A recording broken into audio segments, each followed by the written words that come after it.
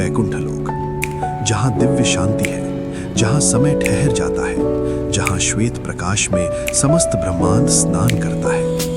भगवान विष्णु कमलासन पर विराजमान है। गरुड़ जी हाथ जोड़कर बैठे हैं। गरुड़ पूछते हैं, प्रभु, पृथ्वी लोक में मनुष्य रोज छोटे छोटे कर्म करता है। उसे लगता है ये साधारण बातें हैं। क्या मृत्यु के बाद वही कर्म उसका भविष्य तय करते हैं? विष्णु मुस्कुराते नहीं, उनका स्वर गंभीर है।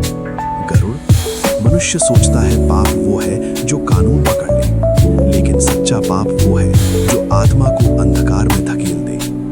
आज मैं तुम्हें एक कथा सुनाऊंगा, उस मनुष्य की जिसने अपने ही हाथों से अपना भविष्य नरक बना लिया। पहला महापाप है माता पिता का अपमान। गरुड़ पुराण कहता है कि माता पिता केवल जन्म देने वाले नहीं, बल्कि हमारे जीवन के प्रथम देवता हैं। उनके चरणों में वो आशीर्वाद छिपा होता है जो भाग्य की दिशा बदल सकता है। जो व्यक्ति उनके त्याग, उनकी तपस्या और उनके प्रेम को भूल जाता है, वो अपने ही पुण्यों की जड़ काट देता है। अक्सर मनुष्य सोचता है अब जमाना बदल गया है, उनकी बातें पुरानी हैं, और इसी अहंकार में वो उनके शब्दों को अनसुना कर देता है। धीरे धीरे सम्मान की जगह चिड़चिड़ापन ले लेता है। सेवा की जगह उपेक्षा आ जाती है। उसे लगता है कि वो सही है, पर उसे ये दिखाई नहीं देता कि उसी क्षण उसका सौभाग्य उससे दूर जा रहा है। गरुड़ पुराण के अनुसार जो अपने माता पिता को बोझ समझता है, उसे यमलोक में अकेलेपन का दंड मिलता है। जिस प्रकार उसने अपने जीवन के आधार स्तंभों को अकेला छोड़ा, उसी प्रकार उसकी आत्मा भी अंधकार में सहारे के लिए भटकती है। वहां न धन काम आता है, न संबंध, केवल कर्म साथ जाते हैं। जब आत्मा यमराज के सामने खड़ी होती है, तब एक एक क्षण याद आता है। वो ऊंची आवाज, वो कटु वचन, वो अनदेखी की गई पुकार, और तब समझ आता है कि सबसे बड़ा अपराध वही था जिसे जीवन में सामान्य समझ लिया गया था। इसलिए जब तक समय है, माता पिता के चरणों में सिर झुका दीजिए, उनका सम्मान कीजिए, सेवा कीजिए, क्योंकि गरुड़ पुराण की ये शिक्षा स्पष्ट है कि जिसने अपने जन्मदाताओं का दिल दुखाया, उसका भाग्य स्वयं उससे रूठ जाता है। कल्पना कीजिए, आपके घर में अन्न से भरे बर्तन रखे हैं, रसोई से भोजन की सुगंध आ रही है। तभी दरवाजे पर एक कमजोर थका हुआ मनुष्य दस्तक देता है। उसकी आंखों में विनती है, होंठ सूखे हैं, और वो केवल एक रोटी मांगता है।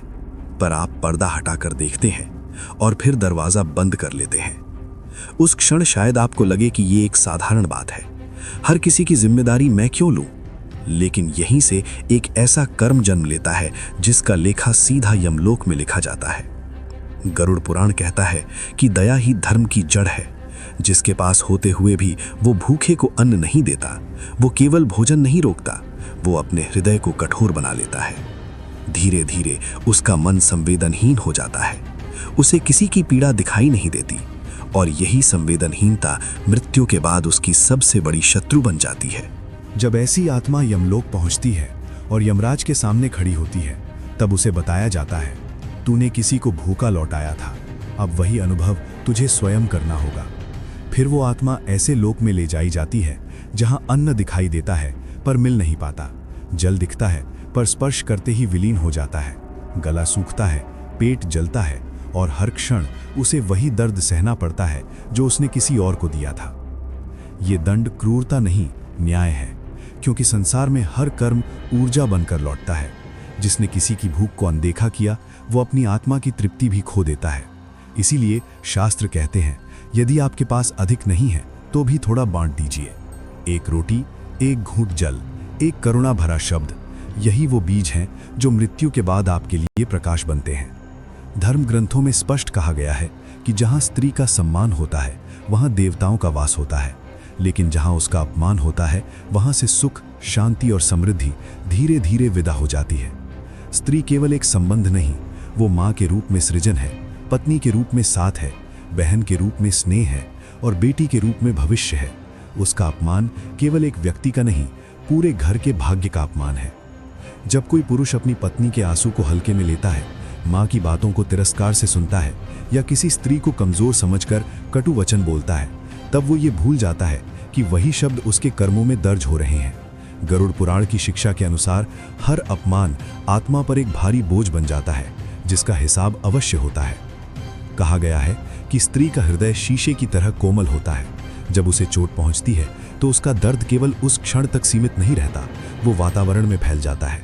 घर की शांति भंग होने लगती है, रिश्तों में कड़वाहट आने लगती है और धीरे धीरे समृद्धि भी साथ छोड़ देती है। यही कारण है कि धर्म में स्त्री को गृह लक्ष्मी कहा गया है। और जब मृत्यु के बाद आत्मा न्याय के द्वार पर पहुंचती है, तब हर आंसू गवाही देता है। यमलोक में अपमान का दंड अपमान से ही मिलता है, मानसिक पीड़ा, ग्लानि और पश्चाताप के रूप में। तब आत्मा समझती है कि शक्ति दिखाने के अहंकार में उसने अपने ही भाग्य को कमजोर कर दिया था। इसलिए जब तक जीवन है, समय है। स्त्री का सम्मान केवल सामाजिक कर्तव्य नहीं, बल्कि आध्यात्मिक साधना है। जो व्यक्ति स्त्री का आदर करता है, वो वास्तव में अपने घर, अपने धर्म और अपने भविष्य की रक्षा करता है।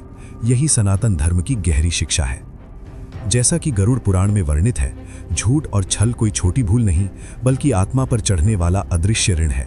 मनुष्य सोचता है कि व्यापार में थोड़ी बेईमानी, तौल में थोड़ी कमी या दिए हुए वचन से मुकर जाना सामान्य बात है, पर हर झूठ, हर धोखा सूक्ष्म रूप से चित्रगुप्त के लेखों में दर्ज होता जाता है। जब लाभ के लिए सत्य को तोड़ा जाता है, तब वास्तव में मनुष्य अपने ही भविष्य को तोड़ रहा होता है। जब आत्मा यमराज के दरबार में पहुंचती है, तब उसे अपने छल का सामना करना पड़ता है। वहां कोई बहाना नहीं चलता, कोई सिफारिश नहीं होती। जिस विश्वास को उसने तोड़ा था, वही पीड़ा बनकर उसकी आत्मा को घेर लेती है। उसे वही अनुभव कराया जाता है जो दूसरों ने उसके कारण सहा था: अपमान, ठगा जाना और भीतर से टूट जाने की वेदना। गरुड़ पुराण कहता है कि कर्म अग्नि सबसे कठोर दंड है। इस अग्नि में शरीर नहीं, बल्कि झूठ से बनी परतें जलती हैं।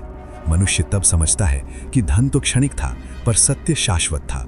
इसलिए जीवन रहते ही सत्य का मार्ग चुनना ही बुद्धिमानी है, क्योंकि मृत्यु के बाद न्याय केवल कर्मों के आधार पर होता है। मनुष्य जब ये मान लेता है कि वही सब कुछ है, उसका धन, उसकी बुद्धि, उसकी शक्ति ही अंतिम सत्य है, तभी अहंकार जन्म लेता है।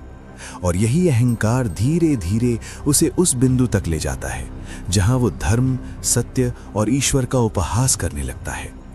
शास्त्रों में कहा गया है कि ईश्वर को ना मानना उतना बड़ा दोष नहीं जितना सत्य का मजाक उड़ाना, क्योंकि जब मनुष्य सत्य का उपहास करता है, तब वो अपने ही अंतःकरण की आवाज को दबा देता है। गरुड़ पुराण में वर्णन मिलता है कि ऐसा अहंकारी व्यक्ति जीवन भर स्वयं को विजयी समझता है, पर मृत्यु के बाद जब वो यमराज के समक्ष खड़ा होता है, तब उसे ज्ञात होता है कि उसका सबसे बड़ा शत्रु कोई और नहीं, बल्कि उसका अपना अहंकार था। उस क्षण उसे समझ आता है कि जिन बातों पर वो हंसा करता था, वही सत्य उसके सामने अडिग खड़ा है।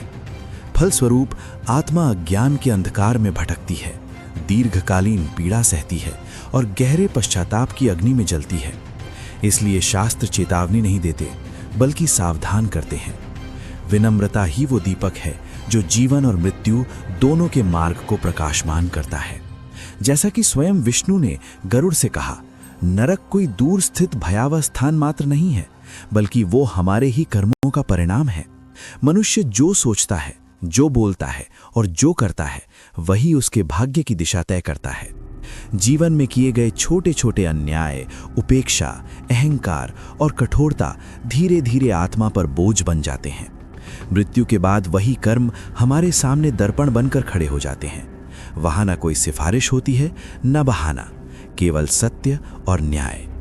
लेकिन ये कथा केवल भय दिखाने के लिए नहीं है, इसका उद्देश्य चेतावनी देना है। जब तक श्वास चल रही है, तब तक सुधार संभव है। यदि हमने किसी का दिल दुखाया है, तो आज भी क्षमा मांगी जा सकती है। यदि हमने अहंकार में किसी का अपमान किया है, तो आज भी विनम्रता अपनाई जा सकती है। दया, सेवा, सत्य और सम्मान, यही वे मार्ग हैं जो नरक के द्वार बंद कर स्वर्ग का पथ खोलते हैं।